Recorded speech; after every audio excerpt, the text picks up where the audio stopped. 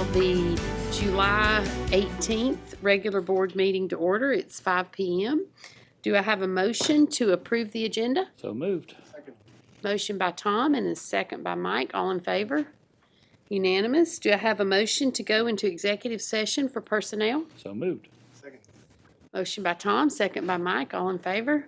Unanimous.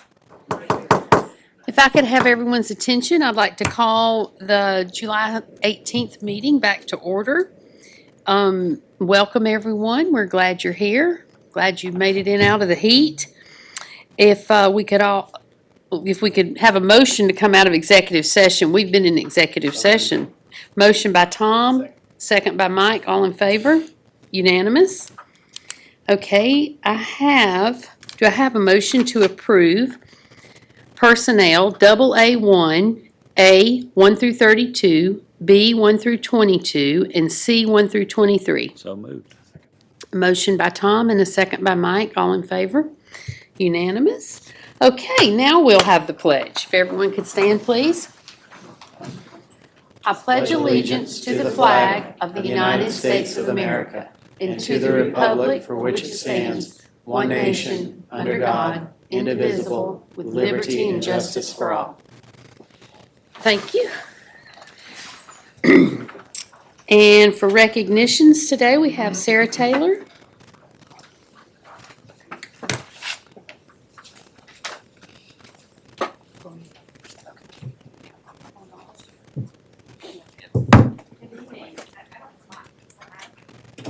I got you. Teacher voice. I got you right here. I'll just use the podium. Got it? Thank you, Mike.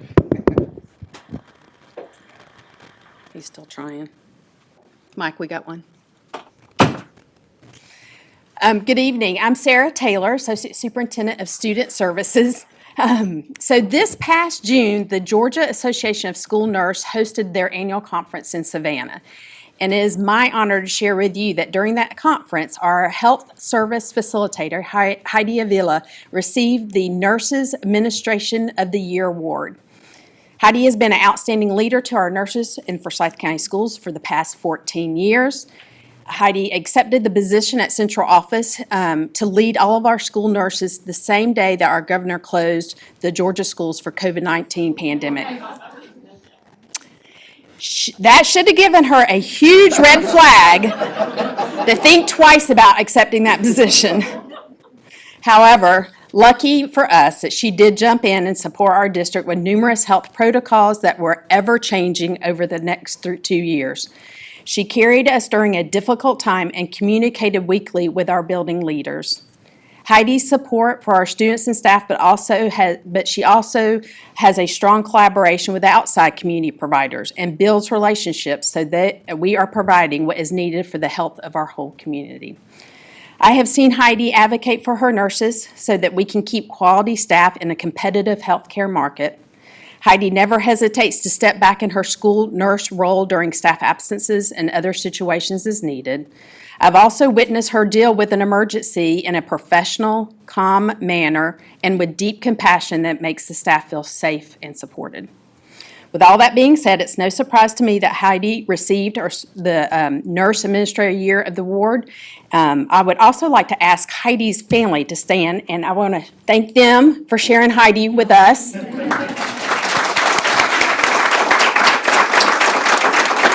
And any other staff members, I see a lot of our nurses that, please stand up, and we want to recognize you too for supporting Heidi this year.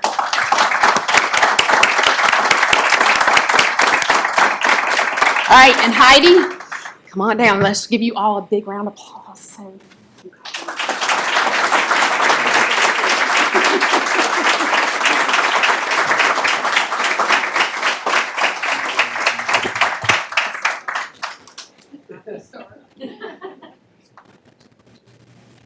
Great, thank you.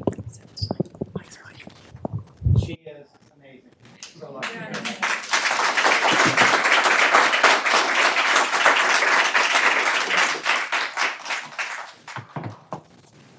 You think I should let people leave? Yeah. Okay, we're going to take just a moment and take a short recess, just a minute or two, where if you would like to sneak out, if you were just here for the presentations, you're welcome to now. If not, you can stay for the whole meeting. We'd love to have you too. We have public participation on agenda items, and I don't think anyone signed up, right, Susan? Okay, and then our consent agenda. I hope everybody's had time to look at it and get any questions answered. Do I have a motion to approve? Second. Motion by Mike and a second by Tom. All in favor? Unanimous. Okay, presentation and discussion items. First, we have Mr. Larry Hamill with the finance report.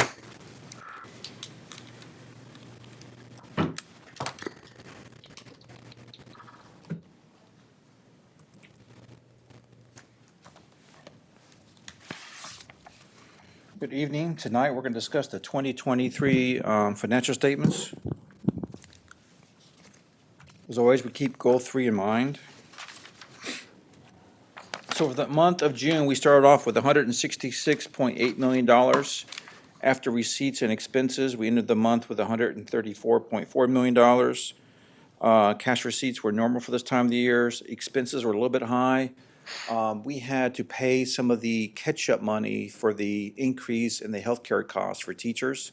That was retroactive back to January 1st. That money flowed through the QBE. For the month of June 30th, 2023, these are preliminary numbers. We still are making some journal entries for accounts receivables and payables. But right now, we're at 100.56% collections for all revenue, and we're at 99.85 for ad valorem tax. I believe with what we collect probably in the month of July and August, we should be almost exactly at 100% with that number. On the expense side, we are at $585.6 million year to date. Our budget is about 21.7 below. We still got some payables to set up. Right now, we're at 96.43%. This time last year, we were at 99.87. I believe that's going to go up some more. On debt service cash analysis, between debt service account, just as cash, and the LGIP account, we have about $16.9 million. Remember, this time last year, we reduced the millage rate by a full mill. At this time last year, we're about 51.5. One of the things we did to offset that mill decrease was we put reserved money in their general fund for about $33 million. And we also reserved $18 million to SPLOST 5 to help offset that. The SPLOST 5 account, LGIP is 35.5. We're about 55.8. We are quickly spinning that account down as we close out some projects. SPLOST 6, we just started collecting money last year. We're about 9.8. This year now, we are at 40.7. This time last year, we had about $117 million compared to what we have 93 today. On special revenue funds, if you look down at 4,000 function level facilities, that's the last of the CARE Act money we spent. If you pull that money out, we are on par where we were about this time last year. Capital projects. This time last year, we had about $30 million. We're sitting on 25, so we're in a good place with that. School nutrition, one of the few months where we actually didn't bring as much revenue in as we expensed. Fund balance is still historically high at 21.6. We do plan to spend fund balance down about $4 million this year with all the changes we made. We did not increase the cost for meals this year. On the investment summary, this time last year, we had about $120 million. General fund last year was about 51.9. We're up to 77.5. Of course, we just talked about debt service, and that's new. The SPLOST 4 fund was about 2.7. We're down to the last 1.7. We have a land deal going on soon that will deplete that money. We have SPLOST 5 at 35.4. We were at 55 last year. We talked about that. And of course, the SPLOST 6 money, this is where we're putting as much money in there to draw interest. As you can see, we had 177,000 come in just for the month of June alone. On the SPLOST 5, we've collected $68 million year to date so far. The one thing I do want to point out is we had talked about back in February We started noticing a slight decrease in collections, -5, versus the month of March where it was positive 0.05. And the last 2 months have gone down. As you can see, June was 4% higher than the previous time this year. A lot of the stuff I'm reading in the news and watching on news channels is that it looks like we're going to have a very soft landing here in Atlanta with a recession, if almost non-existent. Now, nationwide, that'll be different depending on where you live and what states you live in and what cities you live in. But right now, it looks like the positive news is if there is a recession, it's going to be very, very soft for us. The elementary schools balances, this time last year was about 4.5. We're at 4.7. The activity is normal for this time of the year. Middle schools, about 1.8 million right now. We had 1.73 last year. Activity is normal. At high school, last year was $6 million. We're at 6.6. The ending percentage balances haven't changed much. They're almost exactly what they were last year. The balance of 13.2 is a little bit less than what we had last year at this time. And that's the financials for June 2023. Any questions? One question. The insurance catch-up, was that funded by the state, the payment? Yes, for the teachers it was. 100%? Yes, but the cost, starting July 1 of this year, Is on us. for classified is on us. And that's $250 per person per month going forward for this year, and then another $250 the year after that, and 100 something the year after that. Thank you. Thank you. All right, sir. Okay, next, under presentation and discussion, we have the local school council feedback with Mr. Mitch Young. All right, thank you. Had a really good year this past year with local school councils. I think one of the things I was really excited about is at the start of this last school year, we were finally able to get back to face-to-face training for all of our new members and our new principals. Obviously, for pandemic reasons in the previous years, that sort of slid by the wayside. But this past year, we were able to bring everybody together and really have a thorough Q&A session and training session.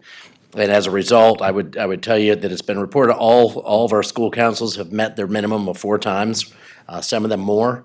We saw several vertical clusters have joint LSC meetings, which I think we'll probably see more of. Those were really valuable meetings to have in terms of bringing our community together. A lot of the topics, as you can see in the report in front of you, at all 3 levels, centered on our strategic plan and aligning school improvement plans to that. As is always the case, school safety, an ever-growing number of PBIS schools, so that became a topic of conversation. Allotments and staffing are always in there. One thing I would tell you in the report that you have a list of all the recommendations. These are recommendations from the local school councils, so it's in the voice of quite often of the parents and the business partners in there. These are not always things that principals are specifically asking for, but when they put that report together, they want to make sure they accurately reflect what their community is asking for.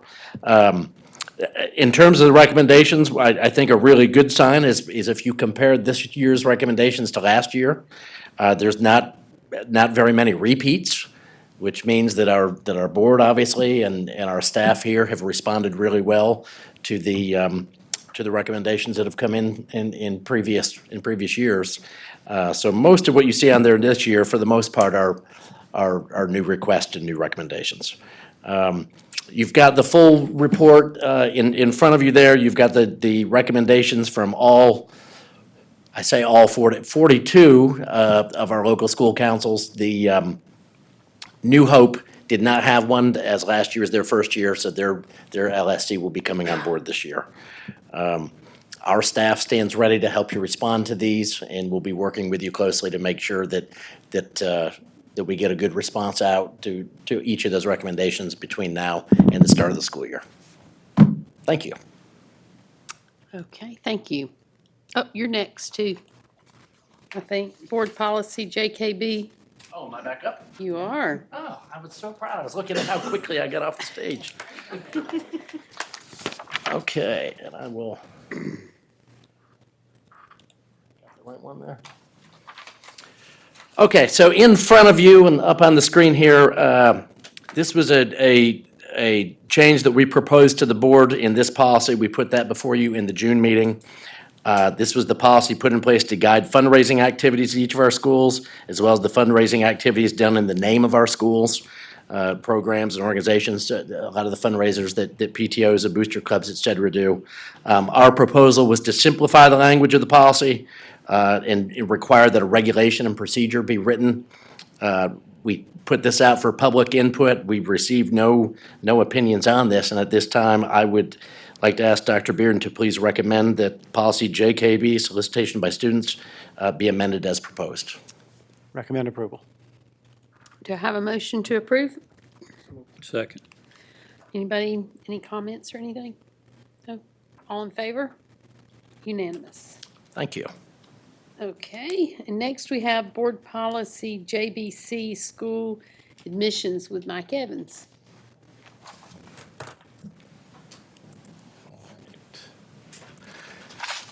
And similar to the last policy that you had just approved, this policy, JBC, around school admissions was presented last month by Kathy Carpenter. It updated a lot of the language and definitions to meet changes in state policy and also clean up the languages to match some of the procedures that we deal with within our school system. So at this time, I'd ask Dr. Bearden to recommend approval of the changes for board policy JBC. Recommend approval. Do I have a motion to approve? So moved. Motion by Tom and a second by Mike. Any comment? All in favor? Unanimous. Okay, thank you. We have points of information. Anybody have anything to add there?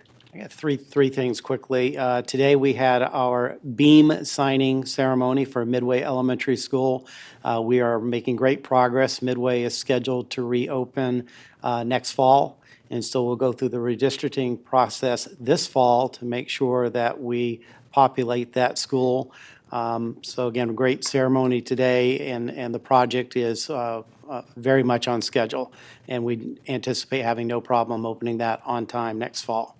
Also, in our registration office, enrollment registrations are full every single day. Almost every appointment's taken. We were projected to grow by more than 500 students over the current year. We think that number is actually going to be higher based on the number of students enrolling right now. We will certainly be well over 54,000 students as we get into the school year. And finally, on Monday, we welcome our new family members to Forsyth County Schools. We have our new educator orientation, one of my favorite days of the year. Look forward to joining all of our board members as we welcome our new teachers and new staff to Forsyth County Schools to start the new school year. That's all I have. Okay. Yeah, that's a fun day. Okay, now I have the public participation on non-agenda items. And first on our list is Jared Kershell. How are you today? Living the dream.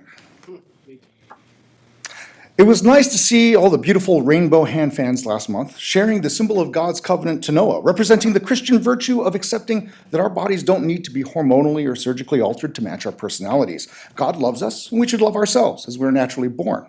And this is the principle that people like Cindy Martin and her mama bears are fighting for in our school district, a principle of love and acceptance. The profane and ideological books being pushed in our school libraries aren't being pushed for no reason. They are there to promote an agenda that is sexist, homophobic, and grooms our children for pederasty. The gender confusion agenda is about destroying a child's natural sense of self, not discovering it. And the books being promoted are the worst possible representation of LGBTQ people imaginable. Instead of showing that they're perfectly normal, conservative, conscientious, well-adjusted Republican gays, lesbians, and transgenders, the books that are promoted are from the most depraved, racist, sexist, obscene, and perverted child groomers. If you want to pick a German role model, why not choose Mozart instead of Mengele? If you want to pick an African-American role model, why not choose a man who overcame brutal poverty like Clarence Thomas instead of a privileged private school brat like Ibram Henry Rogers who thinks that babies are naturally racist? Recently, the blockbuster film Sound of Freedom, which dives into this disturbing world of child sex trafficking over open borders, has brought forth a public awareness to a very disturbing crisis. Yet despite the incredibly challenging material, the film still manages to keep a PG-13 rating, proving once and for all that graphic sexual content is not necessary, even when addressing the most difficult and troubling topics. which is, like Cindy Martin said, it's not about the books. It's about the ideology being pushed. The books are just tools of indoctrination, a naked attempt to subvert the principles of Western civilization and the American Constitution by using the liberal principle of free speech to defend the predatory principle of pederasty. Sadly, this ideology has already marched through many of our cherished institutions. The SPLC has become a racist hate group that demonizes white and conservative people. The ACLU is now fighting against free speech instead of for it, and government agencies like the CDC and the FBI are creating pandemics and crimes rather than preventing them. Now, I'm more than happy to hear a rational discussion on why I'm wrong on this, and I've invited, time and time again, my fellow speakers who disagree with me to continue these conversations so I can truly understand their point of view. But there seems to be a genuine fear of discussion from the people supporting making rated R or even rated X material available to our children. I humbly ask the board to apply the same standards they would for showing movies in the classroom to stocking our books in our school libraries. There is no topic or issue, no matter how controversial, that cannot be sufficiently taught with PG-13 media and materials. And so on that note, thank you very much again for your time, and I'd love to have lunch with anyone who disagrees with me. Thank you. Thank you. Okay, next we have Sawyer Kovacs.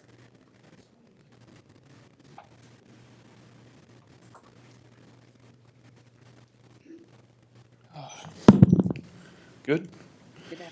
All right, I have here a gingerbread man. He is perfect in every way possible. I've made him exactly as instructed by the recipe. His dough is perfect. His cookie cutout shape is perfect. Even the decorations on him have been meticulously placed, as we can see here.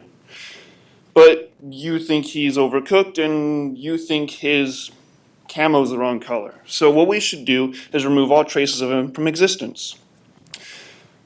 We shouldn't give our children gingerbread men like this, nor should the recipe be available in our libraries to anyone, because God forbid my girlfriend find and read How to Make My Friend here. So what happens when we remove the gingerbread recipe from our schools? Because these people don't see eye to eye with the one available. Well, now there's only the oatmeal raisin cookie recipe. And having only one recipe, one cookie, one viewpoint, we are preventing people from developing an educated choice of their own. There are people in this room who would force other fellow Americans to only read their one viewpoint. I agree with their statement that it's not about the books. It's really about forcing their whitewashed history that matches the white supremacist and fascist views nearly identically. And this is what that recipe looks like. What I bring is a warning that when we limit access to knowledge, we doom ourselves to repeat our failures. You guys know that teachers are fleeing Forsyth County, right? A fellow graduate got their teaching degree and a job only to resign because teaching is hell. Less than minimum wage, including active wage stagnation, unpaid after-hours work, and now teachers have Big Brother breathing down their backs and are constantly in fear of being attacked because they would actually teach. I truly wonder where you guys found $107,000 in the budget for legal fees. I also wonder what you will do when there isn't an emergency fund available next year, and how you're going to keep housing costs down, even though it's not in your job description. What will happen when you can't find teachers to teach in these unreasonable conditions? Will you increase the wages with the money you don't have? Blunder after blunder, you dig a grave and claim it's the future for our children. I'm glad I graduated when I did, back when I could say I'm proud to have graduated from Forsyth County, because I've been to many places, I've read many books, and I've become educated enough to see the grave that you dig and have the foresight not to yeet myself into it. I pray that God will watch over Forsyth County. Thank you. Okay, next we have Debbie Stayer.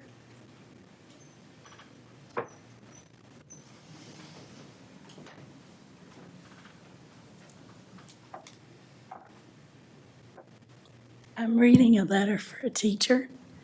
Thank you for allowing me to write to you and be the voice of many other teachers throughout this county, expressing our concerns regarding the ever-growing class sizes.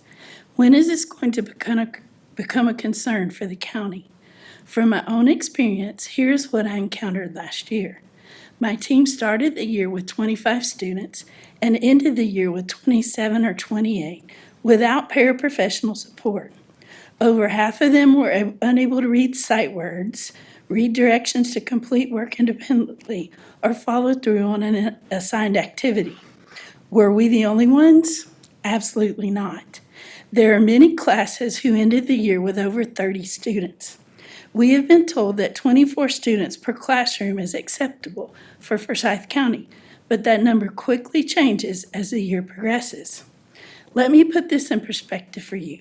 I am given a classroom with 20 built-in cubbies for student belongings and 6 small tables. Comfortably, this fits 24 students. Yet we are typically starting our year with more students than we have physical space. Students are so crammed at their tables that most prefer to sit on the floor around the room. However, the physical space is just the tip of the iceberg. What about the general safety and well-being of these students? There's only one of me and 28 plus of them all day long.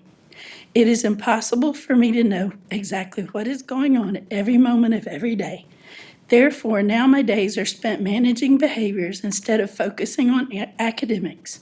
I'm de-escalating an argument, trying to calm down a student who is under a table because they're frustrated, walking around to monitor that the technology is being used in an ethical manner, and also redirecting students who are now distracted by their peers. Are we capable of teaching these children to the best of our abilities? Absolutely. However, in a county that is creating additional tax dollars by the day with the influx of new residents, we shouldn't have to. We shouldn't have to figure it out, as most of us have been told. We shouldn't have to hide the weight that every new student adds to our shoulders. We shouldn't have to pretend we aren't overworked and overstressed. That's the purpose of this letter.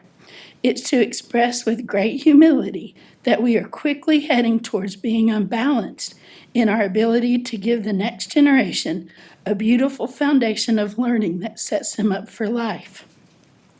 I challenge you to look into the end of year class numbers in all elementary schools, specifically K through 2. These grades are vital in laying the foundation for success in reading and math for the rest of the student's educational career. Overflowing classrooms are not the answer. Thank you.